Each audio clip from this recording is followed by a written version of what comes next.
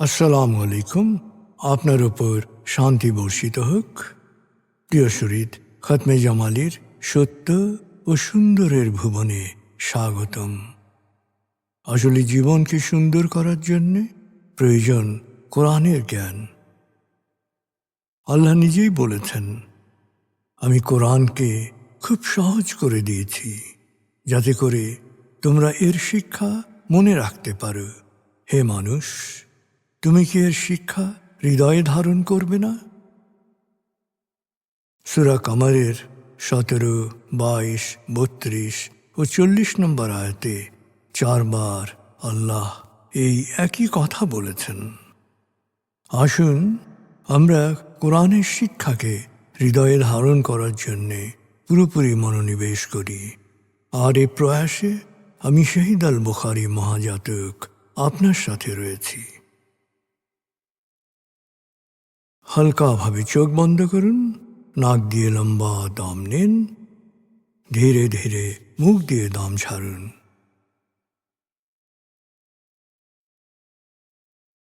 দম নেবেন পেটে, ছাড়বেন মুখ দিয়ে। দম নেওয়ার চেয়ে দম ছাড়তে সময় একটু বেশি নিন। এভাবে কয়েকবার দম নিন ও দম ছাড়ুন।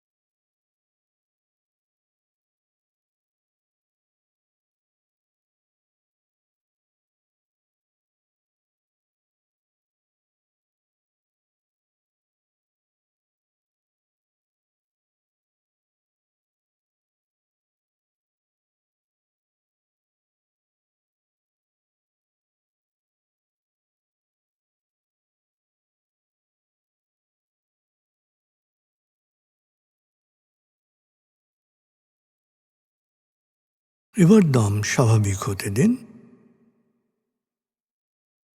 এবার নাক দিয়ে ধীরে ধীরে দম নিন, নাক দিয়ে ধীরে ধীরে দম ছাড়ুন।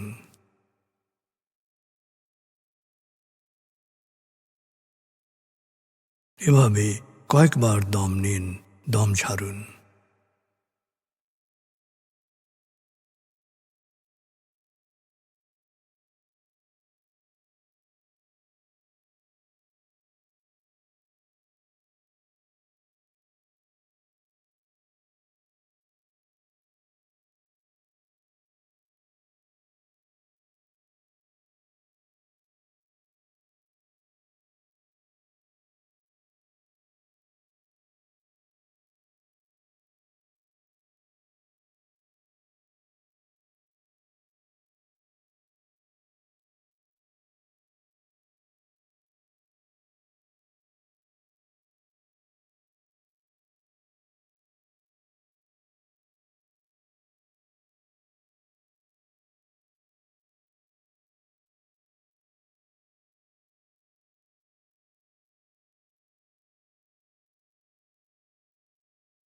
এখন দম স্বাভাবিক হতে দিন। আপনি শুধু দম খেয়াল করুন।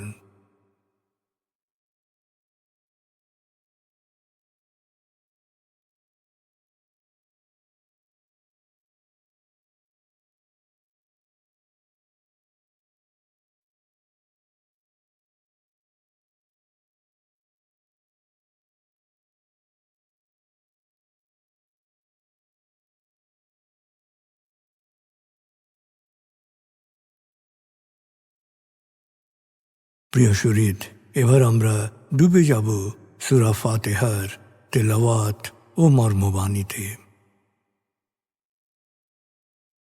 1. সূরা ফাতিহা। أعوذ بالله من الشيطان الرجيم.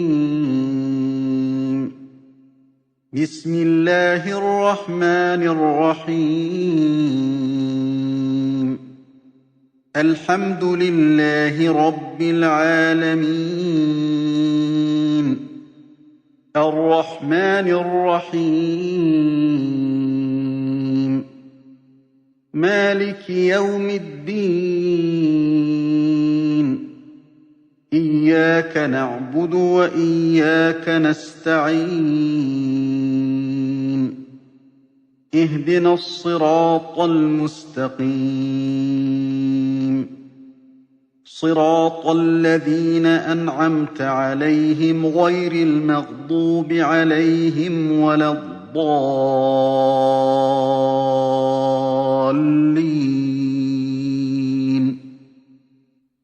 দয়াময় মেহেরবান আল্লাহর নামে। সকল প্রশংসা মহাবিশ্বের প্রতিপালক হে আল্লাহ তোমারই জন্যে। তুমি দয়াময় মেহেরবান কর্মফল দিবসের মালিক। আমরা শুধু তোমারই ইবাদত করি, শুধু তোমারই সাহায্য চাই। প্রভু হে, সাফল্যের সরল পথে তোমার প্রিয়জনদের পথে আমাদের পরিচালিত করো। প্রভু হে, বিভ্রান্ত অভিশপ্তদের অন্ধকার পথ থেকে তুমি আমাদের রক্ষা করো।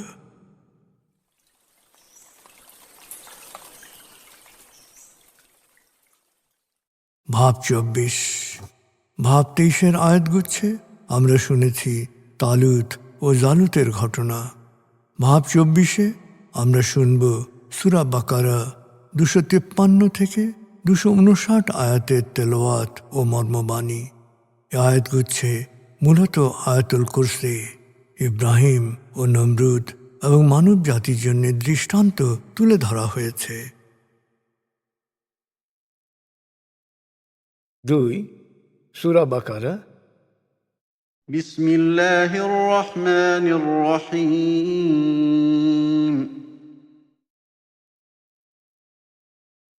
تلك الرسل فضلنا بعضهم على بعض منهم من كلم الله ورفع بعضهم درجات وآتينا عيسى ابن مريم البينات وأيدناه بروح القدس ولو شاء الله ما اقتتل الذين من بعدهم من بعد ما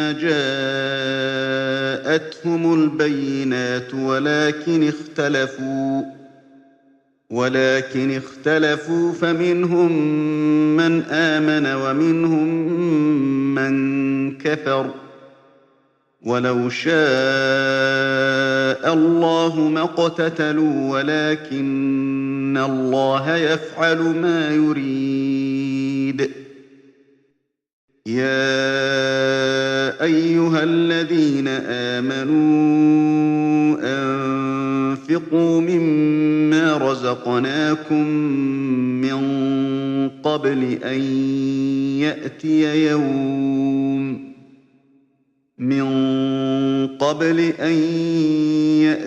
يوم لا بيع فيه ولا خلة ولا شفاعة والكافرون هم الظالمون الله لا إله إلا هو الحي القيوم لا تأخذه سنة ولا نوم له ما في السماوات وما في الأرض من ذا الذي يشفع عنده إلا بإذنه يعلم ما بين أيديهم وما خلفهم ولا يحيطون بشيء من علمه إلا بما شاء وسع كرسيه السماوات والأرض ولا يئوده حفظهما وهو العلي العظيم لا إكراه في الدين قد تبين الرشد من الغي فمن يكفر بالطاغوت ويؤمن بالله فقد استمسك بالعروة الوثقى لا انفصام لها، والله سميع عليم. الله ولي الذين آمنوا يخرجهم من الظلمات إلى النور، والذين كفروا أولياؤهم الطاغوت يخرجونهم من النور إلى الظلمات، أولئك أصحاب النار هم فيها خالدون.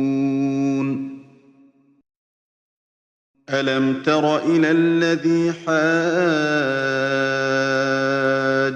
إبراهيم في ربه أن آتاه الله الملك إذ قال إبراهيم ربي الذي يحيي ويميت قال أنا أحيي وأميت، قال إبراهيم فإن الله يأتي بالشمس من المشرق فأت بها من المغرب فبهت الذي كفر، والله لا يهدي القوم الظالمين. أو كالذي مر على قرية وهي خاوية على عروشها قال أنى يحيي هذه الله بعد موتها، فأماته الله 100 عام ثم بعثه، قال كم لبثت؟ قال لبثت يوما أو بعض يوم، قال بل لبثت 100 عام فانظر إلى طعامك وشرابك لم يتسنه، وانظر إلى حمارك ولنجعلك آية للناس، وانظر إلى العظام كيف ننشزها ثم نكسوها لحما، فلما تبين له قال أعلم أن الله على كل شيء قدير। দয়াময় মেহেরবান আল্লাহর নামে। এই রসুলদের মধ্যে কাউকে কাউকে আমি বেশি মর্যাদা দান করেছি। কারো সাথে আল্লাহ কথা বলেছেন, কাউকে উচ্চ সম্মান দেয়া হয়েছে। মরিয়ম পুত্র ঈসাকে সত্যের উজ্জ্বল সাক্ষ্যসমূহ প্রদান করেছি এবং পবিত্র আত্মা দ্বারা সাহায্য করেছি। সত্যের সুস্পষ্ট প্রমাণ দেখার পরও এ রসুলের অনুসারীরা পরবর্তীকালে পরস্পর ঝগড়া বিবাদ ও লড়াইয়ে লিপ্ত হয়েছে। কেউ বিশ্বাস করেছে আর কেউ সত্য অস্বীকারের অন্ধকার পথে চলে গেছে। আল্লাহ চাইলে তারা পরস্পর মতবিরোধ ও লড়াই থেকে বিরত থাকত। অবশ্যই আল্লাহ যে কোনো কিছু করার ব্যাপারে স্বাধীন। হে বিশ্বাসীগণ, আমি তোমাদের যে রিজিক দিয়েছি তা থেকে আল্লাহর পথে ব্যয় করো সেদিন আসার আগেই, যেদিন কোনো লেনদেন, বন্ধুত্ব বা সুপারিশ কোনো কাজে আসবে না। আসলে সত্য অস্বীকারীরাই প্রকৃত জালেম। আল্লাহ ছাড়া কোনো উপাস্য নেই, তিনি শাশ্বত চিরঞ্জীব, সর্বসত্তার ধারক। তিনি তন্দ্রা নিদ্রাহীন, সদা সজাগ, মহাকাশ ও পৃথিবীর সব কিছুর মালিক। তার সদয় অনুমতি ছাড়া তার কাছে সুপারিশ করার সাধ্য কারণেই। দৃশ্যমান বা অদৃশ্য, অতীত বা ভবিষ্যৎ, সৃষ্টির সব কিছুই তিনি জানেন। তিনি যতটুকু জানাবেন এর বাইরে তার জ্ঞানের সীমানা সম্পর্কে ধারণা করা কারো পক্ষেই সম্ভব নয়। তার আসন, তার কর্তৃত্ব পৃথিবী ও নভমণ্ডলের সর্বত্র বিস্তৃত, আর তা সংরক্ষণে তিনি অক্লান্ত। তিনি সর্বোচ্চ সুমহান। ধর্মে কোনো জোর জবরদস্তি নেই। ভ্রান্ত পথ হতে আলোর পথ এখন সুস্পষ্ট। তাই অপশক্তির আকর্ষণকে প্রত্যাখ্যান করে যে আল্লাহর প্রতি বিশ্বাস স্থাপন করে, সে এক চিরস্থায়ী নিশ্চিত আশ্রয় লাভ করে। নিশ্চয়ই আল্লাহ সব শোনেন, সব জানেন। আল্লাহ বিশ্বাসীদের অভিভাবক। তিনি তাদের অন্ধকার থেকে আলোয় নিয়ে যান। আর যারা সত্য অস্বীকার করে তাদের পৃষ্ঠপোষক হচ্ছে অপশক্তি। এই অপশক্তি ওদেরকে আলো থেকে অন্ধকারে নিয়ে যায়। ওরাই হবে জাহান্নামের অধিবাসী, সেখানে থাকবে চিরকাল। তুমি কি ওই ব্যক্তির কথা ভেবে দেখনি? আল্লাহ তাকে রাজত্ব দিয়েছিলেন, শুধু সে কারণেই সে ইব্রাহিমের সাথে তার প্রতিপালককে নিয়ে বিতর্ক করতে সাহস পেয়েছিল। যখন ইব্রাহিম বলল, আমার প্রতিপালক তিনি, যিনি জীবন দান করেন এবং মৃত্যু ঘটান, সে বলল, আমিও জীবন দান করি ও মৃত্যু ঘটাই। ইব্রাহিম বলল, তাই যদি সত্য হয় তবে আল্লাহ তো সূর্যকে উদিত করেন পূর্ব দিক থেকে, তুমি সূর্যকে পশ্চিম দিক থেকে উদিত করো। তখন নমরুদ হতভম্ব হয়ে গেল। আল্লাহ জালেমকে কখনো সৎ পথ দেখান না। অথবা সেই ব্যক্তির কথা স্মরণ করো যে একটি শহরের ধ্বংসস্তূপের সামনে দাঁড়িয়ে বলেছিল, এই বিলুপ্ত জনপদকে আল্লাহ পুনরায় কিভাবে জীবিত করবেন? তখন আল্লাহ তার প্রাণ হরণ করলেন। সে 100 বছর মৃত পড়ে রইল। এরপর আল্লাহ তাকে পুনর্জীবিত করলেন। জিজ্ঞেস করলেন, তুমি কতকাল এখানে পড়েছিলে? সে বলল, একদিন বা তার চেয়ে কিছু কম সময়। আল্লাহ বললেন, 100 বছর এভাবে ছিলে। তোমার খাদ্য ও পানীয়ের দিকে তাকাও, একই অবস্থায় রয়েছে। অপরদিকে গাধাটার দিকে তাকাও, হাড় গোড় ছাড়া কিছু নেই। এসব এই জন্যে করেছি যে তোমাকে আমি মানব জাতির জন্যে দৃষ্টান্তে পরিণত করব।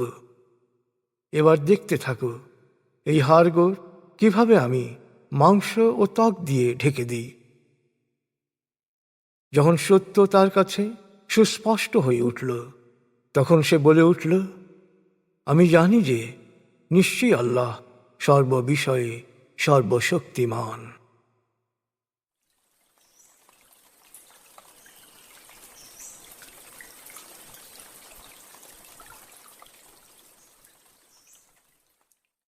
এবার আজকের আয়াতগুচ্ছ থেকে একটি পয়েন্ট নিয়ে ভাবুন, যা আপনি অনুসরণ করার চেষ্টা করবেন।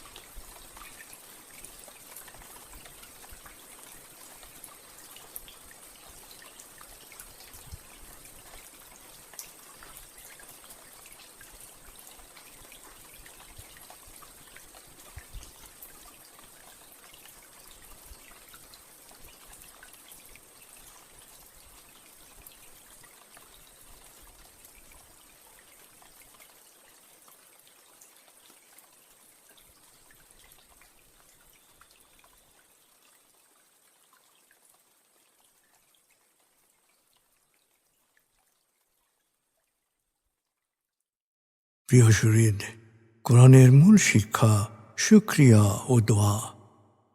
প্রভু আপনাকে যা দিয়েছেন সেই জন্য বারবার কৃতজ্ঞতা প্রকাশ করুন, তাকে হৃদয়ের গভীরে স্মরণ করুন।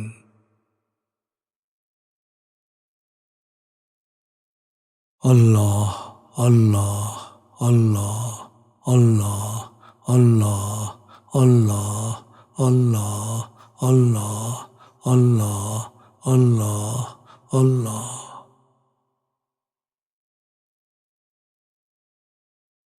আস্তাগফিরুল্লাহ আস্তাগফিরুল্লাহ আস্তাগফিরুল্লাহ আস্তাগফিরুল্লাহ আস্তাগফিরুল্লাহ আস্তাগফিরুল্লাহ আস্তাগফিরুল্লাহ আস্তাগফিরুল্লাহ আস্তাগফিরুল্লাহ আস্তাগফিরুল্লাহ আস্তাগফিরুল্লাহ।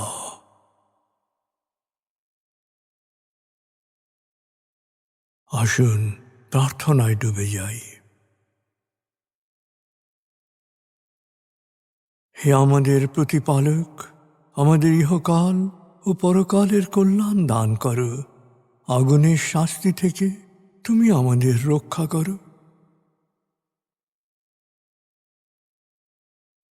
হে আল্লাহ, পানাহ দাও ভয় ভীতি আতঙ্ক থেকে, অশান্তির আগুন থেকে, অস্থিরতা হতাশা পেরেশানি থেকে, দুঃখ কষ্ট থেকে, ঋণ ও কুফরি থেকে, অভাব আসক্তি ও নেতিবাচকতা থেকে।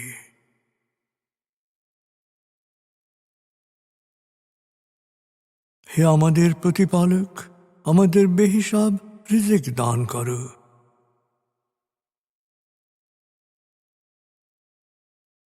হে নিরাময়কারী, আমাকে পরিপূর্ণ নিরাময় ও সুস্বাস্থ্য দান করো। প্রভু হে, আমার মা বাবা অভিভাবক শৈশবে যে মমতায় আমায় লালন করেছেন, তুমিও তাদের উপর সেরূপ করুণা বর্ষণ করো। হে আমাদের প্রতিপালক, আমার পরিবারকে প্রাজ্ঞ সুখী ও সমৃদ্ধশালী পরিবারে রূপান্তরিত করো।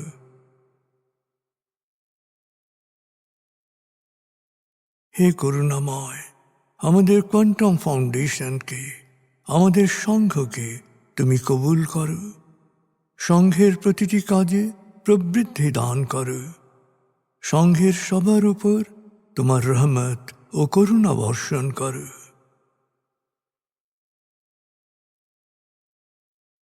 প্রভু হে, আমাদের দেশকে তুমি ভালো মানুষের স্বর্গভূমিতে রূপান্তরিত করো।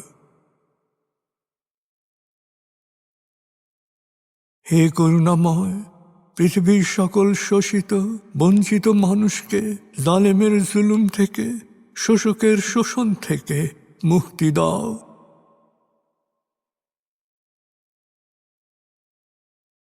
প্রভু হে, ভালো ভাবা, ভালো বলা, ভালো করা ও ভালো থাকার অফুরন্ত শক্তি আমাকে দাও। আমি যেন সব সময় নিজের ও অন্যের যত্ন নিতে পারি। প্রভু হে, আমাকে বিশ্বাসী সৎকর্মশীল সংঘবদ্ধ মানুষ হিসেবে মৃত্যু দান করো।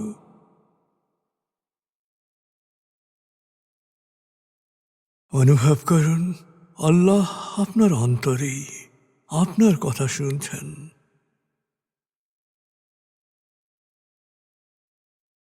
আল্লাহ আল্লাহ আল্লাহ আল্লাহ আল্লাহ বলতে বলতে মনের সকল আকুতি তাঁর কাছে পেশ করুন।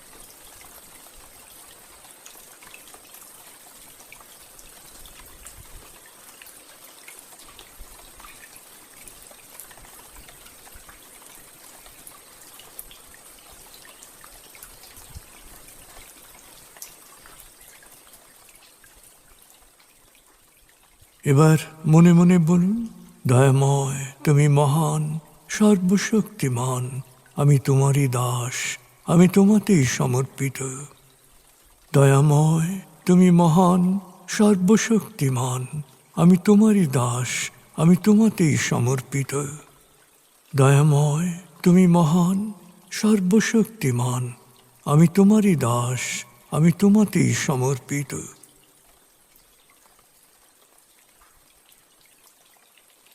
অনুভব করুন আল্লাহ আপনার প্রার্থনা কবুল করেছেন।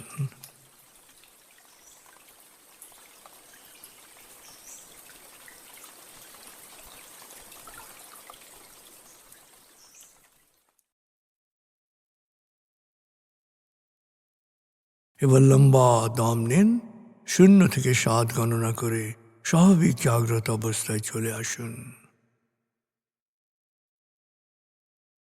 আপনার জীবন সুন্দর হোক, সফল হোক। খুদা হাফিজ। আসসালামু আলাইকুম। আপনার উপর শান্তি বর্ষিত হোক।